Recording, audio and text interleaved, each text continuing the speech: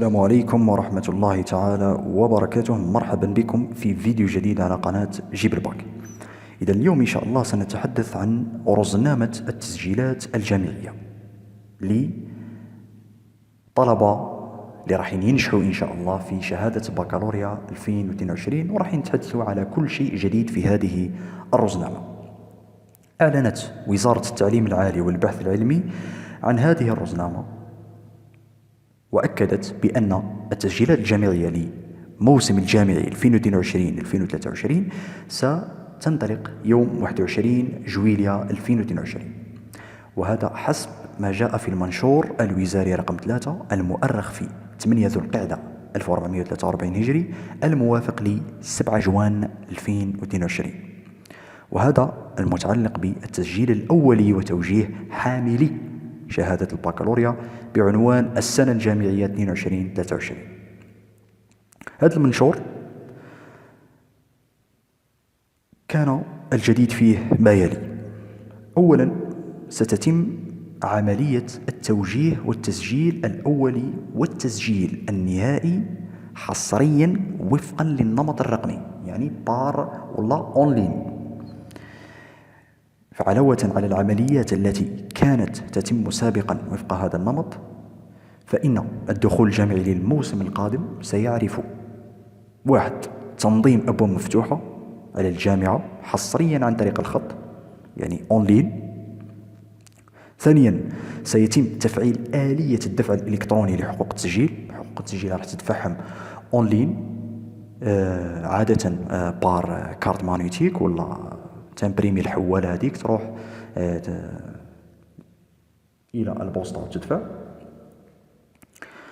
3. سيتم إجراء تسجيلات نهائية أيضا عن بعد.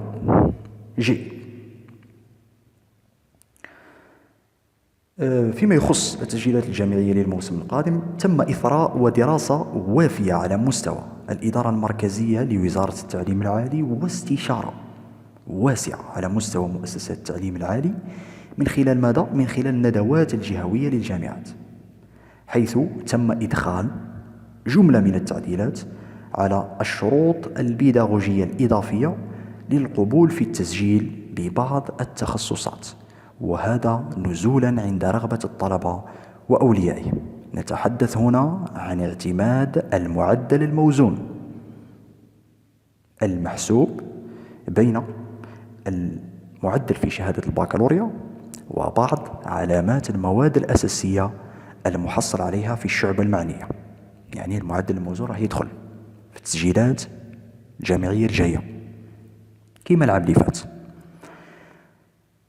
مد مثال، مثلا معدل القبول للتسجيل الأولي في العلوم الطبية، نهضروا على الميدسين، شيريجي دونتير، فارماسي، يكون كالتالي: تحكم معدل البكالوريا تضربه في 2، وتزيد له معدل العلوم الطبيعية والحياة وتقسم على 3.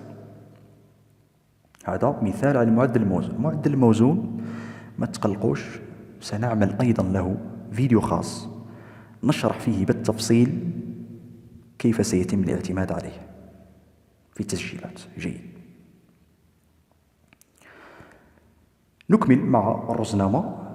حسب المنشور اللي ذكرناه سابقا، فإن التسجيلات الأولية ستنطلق مباشرة بعد الإعلان عن نتائج البكالوريا، اللي راح تكون إن شاء الله يوم 17 جويلية، وذلك حسب الرزنامة التالية. نبدأ: أبواب مفتوحة على مستوى مؤسسات التعليم العالي من 17 إلى 20 جويلية. من بعد كيجيونا المراحل: عندنا المرحلة الأولى، عندنا المرحلة الثانية، وعندنا المرحلة الثالثة، ثم المرحلة الأخيرة الرابعة. المرحلة الأولى من 21 إلى 8 أود 2022. وش يصرى في المرحلة الأولى؟ عندك فترة التسجيلات الأولية راح تكون من 21 إلى 24 جويلية، ثم تجينا فترة التأكيد من 25 إلى 26 جويلية، ثم فترة معالجة الرغبات، يعني الفترة اللي يستنى فيها الطالب النتيجة، أصعب فترة. نتمنى لكم الصبر إن شاء الله أعزائنا الطلبة. تكون من 27 إلى 3 أوت، ثم الإعلان عن النتائج الخاصة بالتوجيه يوم 3 أوت 2022 مساء، يعني العشية. إذن هذه المرحلة الأولى.